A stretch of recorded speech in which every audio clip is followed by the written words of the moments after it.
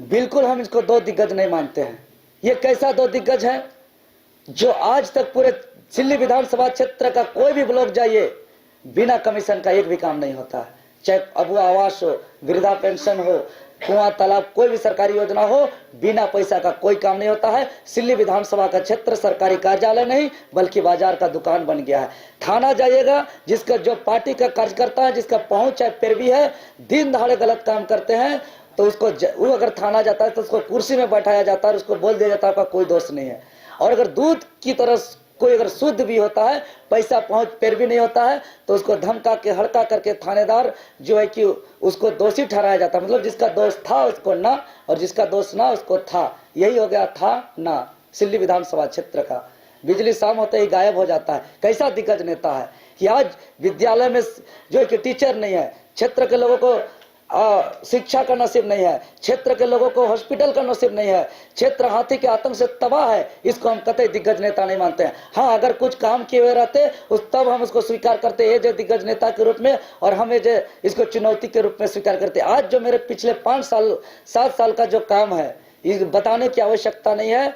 पूरा लाठी खाते खाते अपना कई बार अपना जान को भी खतरे में लेते हुए हमने लाठी को अपना बदन में लिया है, लेकिन विचलित नहीं हुआ है। संघर्ष के राह पर हटवार जेल तक का भी सफर किया है, लेकिन विचलित नहीं हुआ है। आज जो संकल्पित है बाल नहीं कटाने का, कि जब तक 60-40 नहीं हटेगा तब तक हम अपना बाल भी नहीं कटाने का संकल्पित हैं।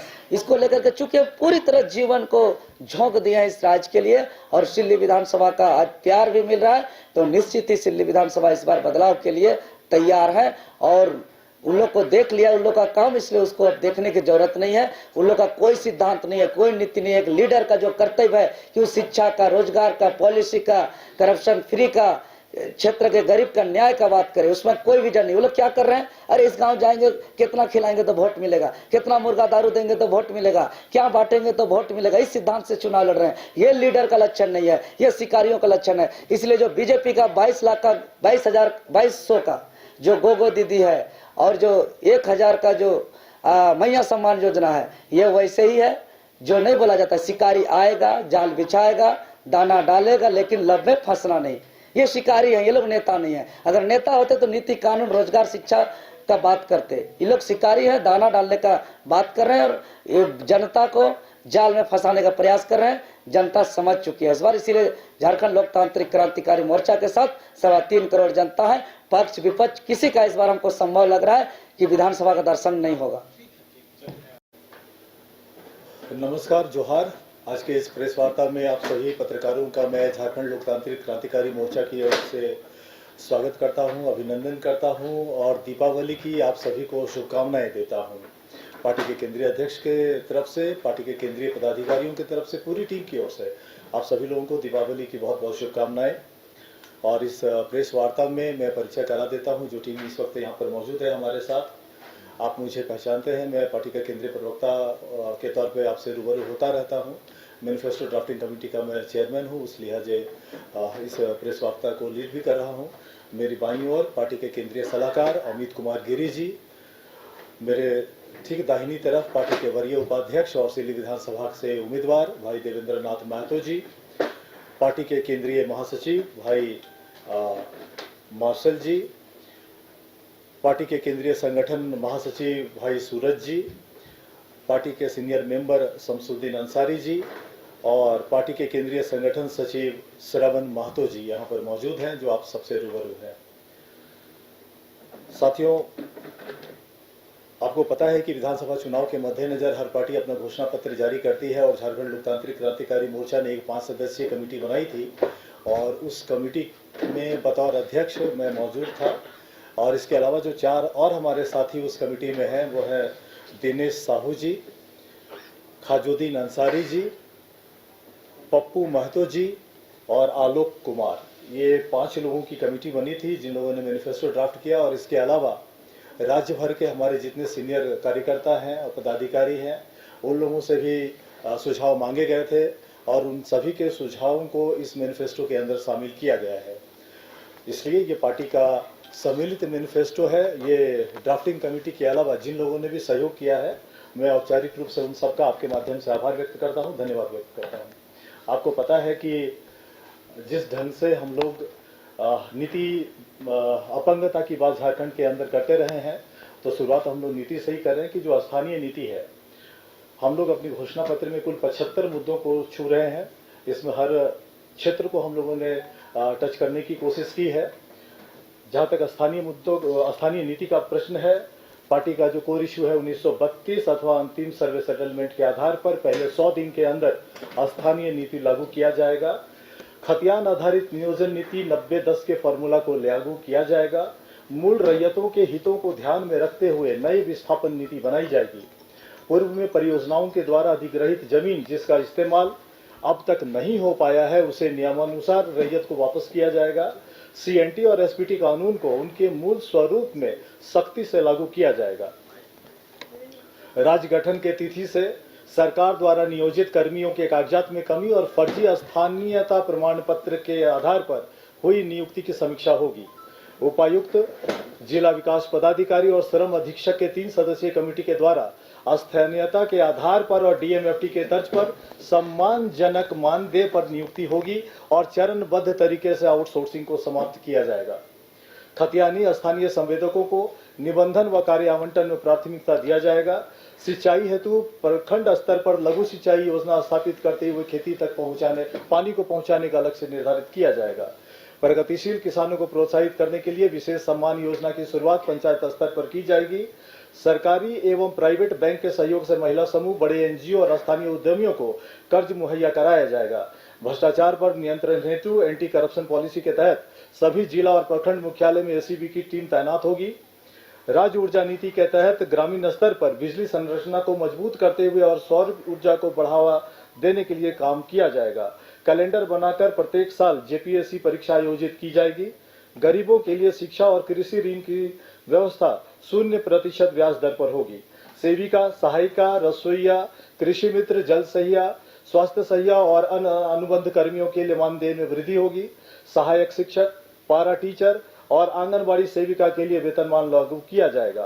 प्रखंड स्तर पर सरकार एक सीबीएसई स्कूल का निबंधन व संचालन करेगी। सरकारी व निजी संस्थानों के साथ मिलकर प्रत्येक जिले में एक मेडिकल कॉलेज, तकनीकी कॉलेज, बीएड व नर्सिंग कॉलेज की स्थापना होगी। महिलाओं के लिए केजी टू पीजी की शिक्षा मुफ्त करने की योजना पार्टी की है। शिक्षा परीक्षा में कदाचार को रोकने के लिए जो निरोधक उपाय हैं उसको बढ़ाते हुए यथासंभव परीक्षाओं को ऑनलाइन आयोजित किया जाएगा। आपको पता है कि राज्य की क्या स्थिति है। पंचायत प्रतिनिधियों के मानदेय में वृद्धि के लिए नियमावली बनाई जाएगी। किसानों, पशुपालकों और मछली पालकों के लिए प्रखंड स्तर पर नियमित प्रशिक्षण की व्यवस्था होगी। मनरेगा को भ्रष्टाचार मुक्त, पारदर्शी और प्रभावी रूप से संचालित किया जाएगा। कल कारखानों में कामगारों के हितों की रक्षा के लिए श्रम कानूनों में उचित संशोधन किया जाएगा। संगठित व असंगठित क्षेत्र में कार्यरत मजदूरों के लिए ट्रेड यूनियन का गठन पार्टी बहुत पहले से करती आ रही है। अब हम लोग इस पे आगे बढ़ेंगे। हमारी पार्टी आदिवासियों के सरना धर्म कोड का समर्थन करते हुए लागू करवाने का प्रयास करेगी। पेशा कानून 2006 को लागू करवाना हमारी प्राथमिकता होगी। आदिवासियों के सरना, मसना, जायर स्थान व हटगड़ी जैसे धार्मिक स्थानों को चिन्हित कर उन्हें संरक्षित किया जाएगा।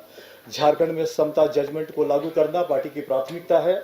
आईटी सेक्टर को बढ़ावा देने के लिए राज्य के चुनिंदा जिलों को आईटी हब के रूप में विकसित करते हुए कंपनियों को आधारभूत सुविधा उपलब्ध कराया जाएगा तथा राज्य की युवा प्रतिभा को पलायन से रोका जाएगा। प्रवासी मजदूरों को पलायन से रोकने के लिए राज्य के भीतर सभी संभव क्षेत्रों में रोजगार का सृजन किया जाएगा। प्रवासी मजदूरों के परिवारों के संरक्षण हेतु प्रवासी मजदूर बीमा योजना शुरू की जाएगी। सभी आवास योजना, इंदिरा आवास, पीएम आवास, अबुआ आवास में मुफ्त बिजली का प्रावधान करते हुए सौर ऊर्जा की सुविधा दी जाएगी। वृद्धा पेंशन, विधवा पेंशन और विकलांग पेंशन की राशि जो फिलहाल 1000 है उसको बढ़ाकर 2000 की जाएगी। खेल को बढ़ावा देने के लिए विशेष खेल प्रोत्साहन योजना की शुरुआत होगी। झारखंड लोकतांत्रिक क्रांतिकारी मोर्चा के सभी विधायक अपने वेतन का 75% राशि अपने क्षेत्र के गरीब बच्चों की पढ़ाई व बीमार लोगों के इलाज में खर्च करेंगे। निजी विद्यालय शुल्क नियामक बोर्ड का गठन करते हुए हर 2 साल में शुल्क की समीक्षा की जाएगी। गैर मान्यता प्राप्त निजी विद्यालयों के संचालन हेतु मान्यता की शर्तों को लचीला बनाया जाएगा। प्रत्येक पंचायत में डिजिटल लाइब्रेरी की स्थापना होगी। स्वास्थ्य सेवा को बेहतर बनाने के लिए प्राइवेट अस्पतालों के संदर्भ में क्लिनिकल एस्टैब्लिशमेंट एक्ट की समीक्षा होगी। स्वास्थ्य के दृष्टिकोण से राज्य में संचालित उद्योगों का प्रदूषण मानकों के आधार पर मूल्यांकन किया जाएगा। पर्यटन स्थलों का सौंदर्यीकरण करके पर्यटन व स्थानीय रोजगार को बढ़ावा दिया जाएगा। उद्योग धंधे व व्यापारिक संस्थानों को बेहतर राजनीतिक और कानून व्यवस्था का माहौल उपलब्ध कराना प्राथमिकता होगी। गैर मंजूर जमीन की बंदोबस्ती व मालगुजारी रैयतों के हितों को देखते हुए तय की जाएगी तथा उक्त जमीनों को गैर कानूनी दखल से मुक्त कराया जाएगा। झारखंड में उपलब्ध बड़े जलाशयों में बृहद मछली पालन योजना को संचालित किया जाएगा। डीवीसी, बीसीसीएल और कोल इंडिया का मुख्यालय हस्तांतरित कर बोकारो या धनबाद में लाने का प्रयास किया जाएगा। छात्रों की समस्या को समय पर निपटाने के लिए झारखंड छात्र आयोग का गठन किया जाएगा। परीक्षाओं के पेपर लीक या उससे जुड़ी अनियमितताओं को रोकने के लिए तकनीकी व प्रशासनिक अधिकारियों का टास्क फोर्स बनाया जाएगा। पिछली सरकारों के ढुलमुल रवैये के कारण पिछड़ चुके छात्रों को मौका देने के लिए चुनिंदा परीक्षाओं में उम्र सीमा में छूट दी जाएगी। झारखंड आंदोलनकारियों के पेंशन में बढ़ोतरी होगी। आंदोलनकारियों के आश्रितों को तृतीय व चतुर्थ वर्ग की नियुक्तियों में 5% आरक्षण दी जाएगी। आदिवासियों की परीक्षा के उत्थान के लिए विशेष प्रयास किए जाएंगे। झारखंड न्यायिक सेवा से जुड़े अधिवक्ताओं को सुरक्षा देने के लिए एडवोकेट प्रोटेक्शन एक्ट बनाया जाएगा। राज्य स्तरीय खेल विश्वविद्यालय की स्थापना करते हुए हर परिमंडल में बड़ा स्पोर्ट्स सेंटर स्थापित किया जाएगा। झारखंड के प्रत्येक परिवार के 18 वर्ष से अधिक उम्र के युवक और युवतियों को निजी व अर्ध सरकारी क्षेत्र में उनकी शिक्षा व दक्षता के आधार पर रोजगार की गारंटी होगी। हिंदी सहित झारखंड के क्षेत्रीय भाषाओं में बनने वाले सिनेमा के निर्माता व कलाकारों को विशेष प्रोत्साहन व संरक्षण दिया जाएगा। त्रिस्तरीय पंचायत चुनाव में निर्वाचित जनप्रतिनिधियों के मानदेय में व्यापक वृद्धि की जाएगी, जिसमें वार्ड सदस्य को 5,000, मुखिया व पंचायत समिति सदस्य को 11,000 और जिला परिषद सदस्य को 15,000 की राशि दी जाएगी। झारखंड में कार्यरत पत्रकारों को उनके क्षेत्र में कार्यरत कंपनियों के द्वारा आवास और स्वास्थ्य की सुविधा सहित स्वास्थ्य बीमा का प्रावधान किया जाएगा तथा उनके बच्चों के फीस में संबंधित निजी विद्यालयों में 50% की छूट दिलाई जाएगी। जो विभिन्न जिले हैं वहां के IPRD की सलाह अनिवार्य होगी इस पूरे मामले पर। छत्तीसगढ़ के तर्ज पर जो तेल घानी बोर्ड और माटी कला बोर्ड का जो गठन है उसको लेकर के निश्चित तौर पर हम लोग आगे बढ़ेंगे। झारखंड में संचालित मदरसा में शिक्षा के स्तर को बढ़ाते हुए अधिक प्रतिस्पर्धी बनाया जाएगा। झारखंड शिक्षक पात्रता परीक्षा उत्तीर्ण पारा शिक्षकों को सहायक शिक्षक के पद पर समायोजित किया जाएगा।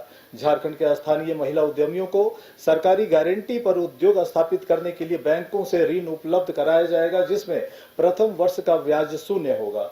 सरकारी नियुक्तियों का परीक्षाफल 2 चरणों में प्रकाशित किया जाएगा। पहले दिन जो 75% या जो तय होगी, जब सरकार बनेगी, जब नीति बनाया जाएगा तो जो रेशियो तय होगा, कभी हम लोग 90-10 की बात करते हैं, कभी 75-25 की बात करते हैं, तो जब पावर में आएंगे जो उस वक्त तय होगा तो उसके अनुसार ये प्रतिशत होगा।